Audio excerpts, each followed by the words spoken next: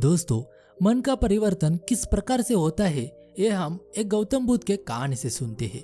इस कहानी को अंत तक देखिए। तो चलिए इस कहानी को शुरू करते हैं। एक दिन गौतम बुद्ध घूमते घूमते एक गांव पहुंचे। रात बहुत हो चुकी थी, इसलिए गौतम बुद्ध उसी गांव में ठहर गए। गौतम बुद्ध सुबह जल्दी उठकर वो भिक्षा मांगने गांव में चले गए। गौतम बुद्ध एक घर के पास आकर भिक्षा हेतु उन्होंने दरवाजा खटखटाना शुरू किया। दरवाजा की आवाज सुनकर एक घर के अंदर से औरत बाहर आई और दरवाजा खोला। दरवाजा खोलते ही उसने बुद्ध को देखा। उसने मन में कहा, सुबह सुबह यह भिक्षु कहाँ से आ गया। सो बस उसने बुद्ध को भला बुरा कहते हुए वापस दरवाजा बंद कर दिया और वह औरत अंदर चली गई और बुद्ध भी बिना भिक्षा लिए वो वापस चले गई। इस सारा तमाशा एक पड़ोसी देख रहा था। वो ब्राह्मण कुल का था और वह बुद्ध विरोधी भी था, क्योंकि गौतम बुद्ध हिंदू शास्त्रों के खिलाफ बोल रहे थे, इसलिए उसे वो रास नहीं आ रहा था। सो उसे स्वाभाविक रूप से कुछ ज्यादा ही मजा आ रहा था। खैर, अगले दिन गौतम बुद्ध फिर भिक्षा मांगने के लिए वही घर पर आ गए और दरवाजा खटखटाना शुरू कर दिया। अब की तो वो औरत बुद्ध को देखते ही वो आग बबूला हो गई और क्रोध में आकर उसने बुद्ध पर कचरा फेंक के मारा। संयोग से आज भी वो पड़ोसी यह सारा तमाशा देख रहा था। स्वाभाविक रूप से बुद्ध का ऐसा अपमान हुआ देख आज वह ज्यादा ही खुश हुआ। इतना ही नहीं, आज उसे रहा भी न गया। बस बुद्ध का ऐसा हाल देखकर वो खूब जोर जोर से हंस भी रहा था।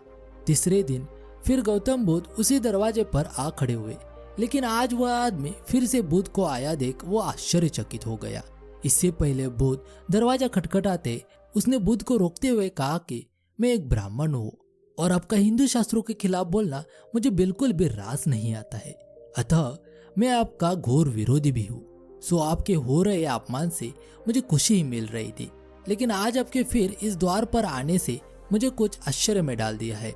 मैं आपसे यह पूछना चाहता हूँ कि जब 2 दिनों से यह औरत आपका अपमान पे अपमान कर रही है, तब भी आज फिर भिक्षा मांगने इस द्वार पर क्यों चले आए।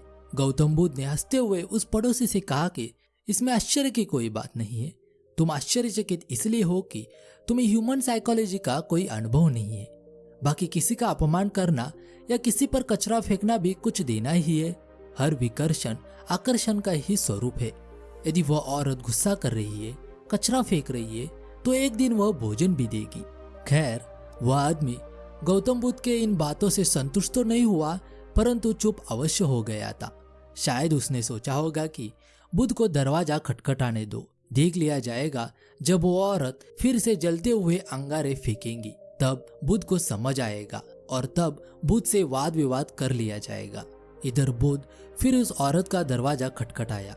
संयोग से आज फिर दरवाजा उसी औरत ने खोला और आज फिर बुद्ध को फिर से सामने पाकर वो औरत इतनी आग बबूला हुई कि वास्तव में उन्हें मारने हेतु झाड़ू ही ले आई।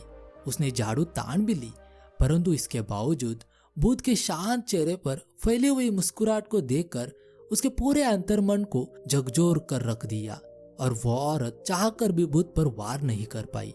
यह तो ठीक है, पर बुद्ध के चेहरे पर फैली स्मित मुस्कान से उस औरत के मन में बदलाव आना शुरू हो गया और अचानक झाड़ू फेंक कर वो तुरंत अंदर गई और बुद्ध को भिक्षा देने हेतु रोटी ले आई। बुद्ध ने रोटी ग्रहण करने के बाद धन्यवाद कहकर जाने लगे, तभी वो औरत बुद्ध के चरणों में गिर पड़ी और क्षमा मांगते हुए वो रो पड़ी।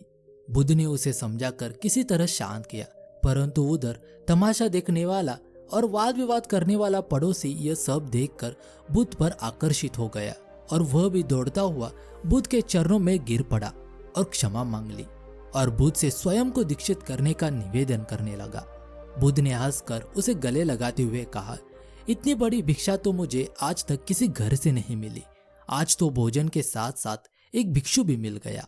हर मनुष्य को एक बात समझनी होगी कि झुकाव मनुष्य की सारी बीमारियों की जड़ है और मन के लिए नफरत और प्रेम, संसारी और सन्यासी में कोई फर्क नहीं है, क्योंकि मन के स्तर पर नफरत को प्रेम में और संसारी को सन्यास में बदलते बदलते देर नहीं लगती।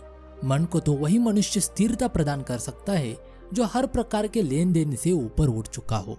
मन को तुम शरीर से जोड़ दो तो सांसारी हो जाते हो और मन को तुम आत्मा से जोड़ दो तो सन्यासी हो जाते हो। मन के जोड़ का सारा खेल है।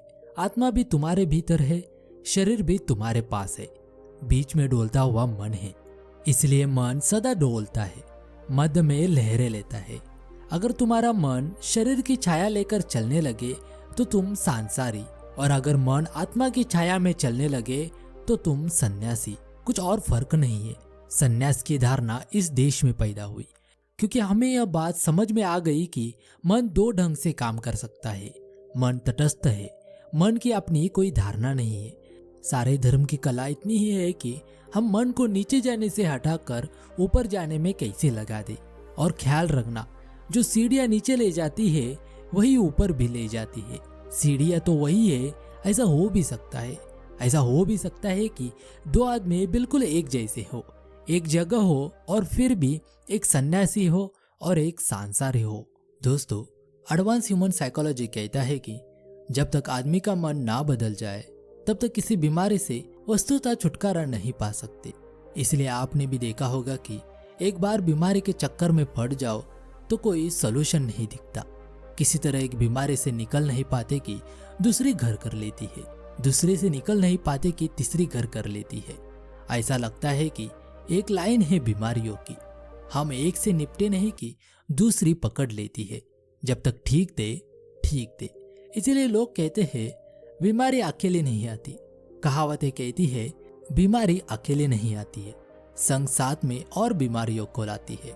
दुख अकेला नहीं आता, साथ में और भीड़ लाता है। इसका कारण ना तो दुख है ना बीमारी है।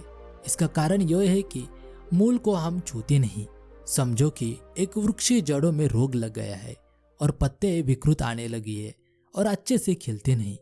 ग्रीनरी समाप्त हो गई है।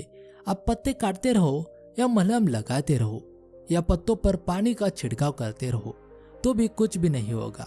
जड़ जब तक ठीक तरह से ठीक नहीं होता तब तक कुछ भी नहीं होगा। ऐसा ही मनुष्य की सारी दुख परेशानियों का कारण है उसका मन।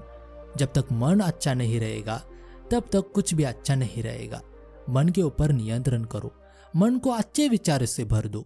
मन का सही होना मतलब जीवन में अच्छे से रहना।